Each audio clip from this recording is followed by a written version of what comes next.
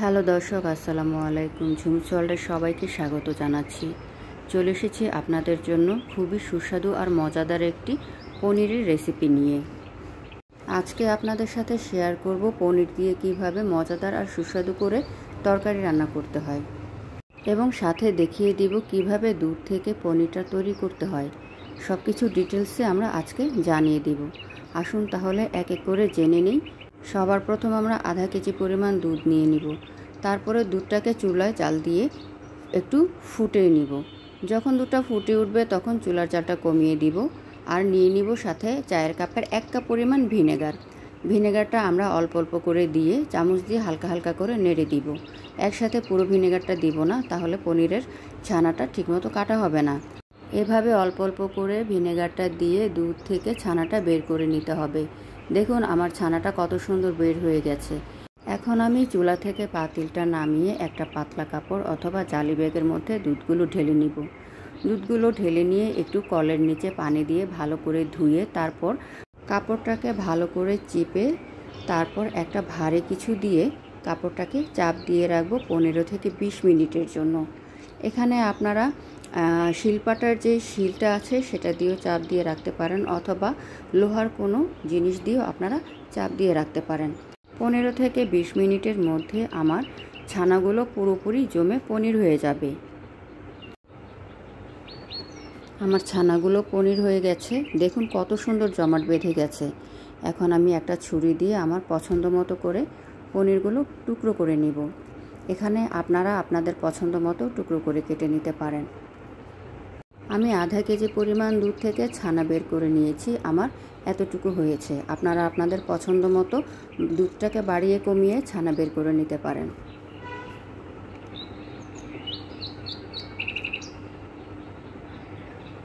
এখন আমি চুলায় একটা প্যান বসাবো, তাতে সামান্য কিছু পরিমাণ সয়াবিন তেল দিয়ে দিব। আর কেটে রাখা যে পনিরগুলো আমি কেটে রেখেছিলাম ওইগুলোর মধ্যে সামান্য পরিমাণ হালকা পরিমাণ একটু হলুদের গুঁড়া, হালকা একটু লবণ মিশিয়ে তারপর তেলের মধ্যে দিয়ে পনিরগুলো হালকা করে ভাজি করে নিব। এই অবস্থায় চুলার জালটা লো থেকে মিডিয়াম করে তারপর পনিরগুলো হালকা করে ভাজি করে নিতে হবে। চুলার জালটা বাড়িয়ে পনিরগুলো ভাজি করতে গেলে পুড়ে যাবে। আমার তেলটা একটু বেশি গরম হয়ে গিয়েছিল, তাই পনিরের একটা পাশে একটু বেশি করে ভাজা হয়ে গিয়েছে। আপনারা লো থেকে মিডিয়াম হিটে হালকা করে একটু পনিরগুলো ভাজি করে নেবেন। পনিরগুলো এক এক করে ভাজি করা হয়ে গেলে তারপর আমরা এক এক করে পনিরগুলো একটা ছোট পাত্রের মধ্যে উঠিয়ে রাখবো।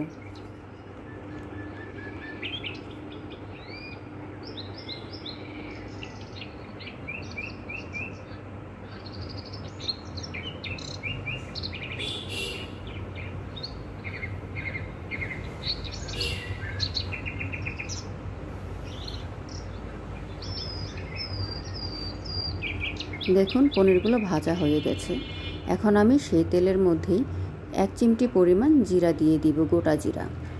গোটা জিরাটা দিয়ে আমি হালকা একটু নাড়াচাড়া দিয়ে জিরাটাকে একটু ভাজি করে নিব।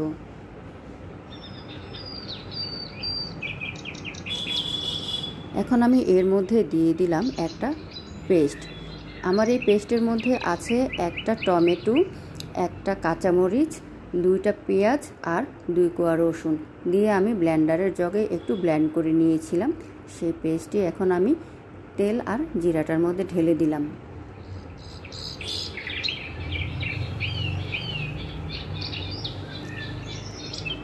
এখন দিয়ে দিলাম পরিমাণ মতো লবণ। এখন দিয়ে দিলাম চিমটি পরিমাণ হলুদের গুঁড়া, চিমটি পরিমাণ মরিচের গুঁড়া।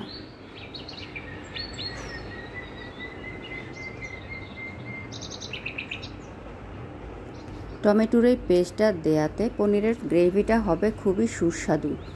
এই গ্রেভিটার জন্যই পনিরের তরকারিটা খুব ভালো আর মজা লাগবে। এখন আমরা দিয়ে দিলাম চিমটি পরিমাণ জিরার গুঁড়া, দিয়ে একটু নাড়াচাড়া দিয়ে নিব। এই অবস্থায় চুলার জালটা লো থেকে মিডিয়াম করে তারপর আমরা মশলাটা ভালো করে কষিয়ে নিব।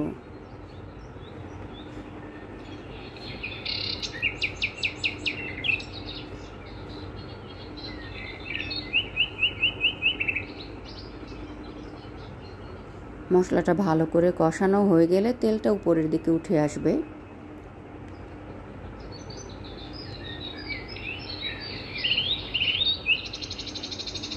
এখন আমি দিয়ে দিব আধা কাপ পরিমাণ গরম পানি। আপনারা চেষ্টা করবেন অন্য একটা চুলার মধ্যে কিছুটা গরম পানি করে রাখার জন্য। প্রত্যেকটা তরকারির মধ্যে গরম পানি দিলে তরকারির স্বাদটা দ্বিগুণভাবে বেড়ে যায়। এখন আমি ভাজি করে রাখা পনিরগুলো দিয়ে দিলাম।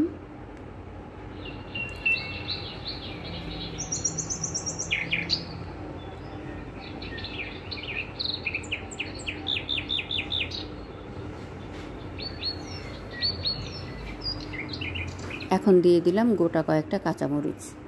কাঁচামরিচটা আমরা দিয়ে দিলাম ঝালের জন্য না, জাস্ট ঘ্রাণের জন্য। কাঁচামরিচের যে একটা ফ্লেভার, এতে করে আমার তরকারির স্বাদটা আরও বেশি বেড়ে যাবে। এখন দিয়ে দিতে হবে কিছু ধনিয়া পাতা কুচি।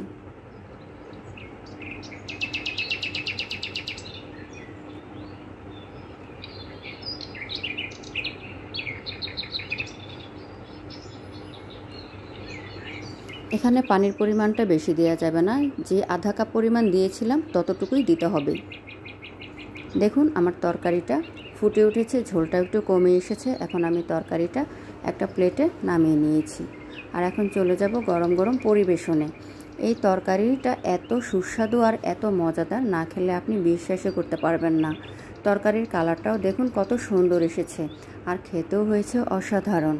এভাবে তরকারিটা রান্না করে আপনারা সাদা ভাতের সাথে, পোলাওর সাথে, ফ্রাইড রাইসের সাথে, এমনকি নান রুটি দিয়েও খেয়ে দেখতে পারেন, অসাধারণ লাগবে, খুবই ভালো লাগবে। সবাই ভালো থাকবেন, আল্লাহ হাফেজ।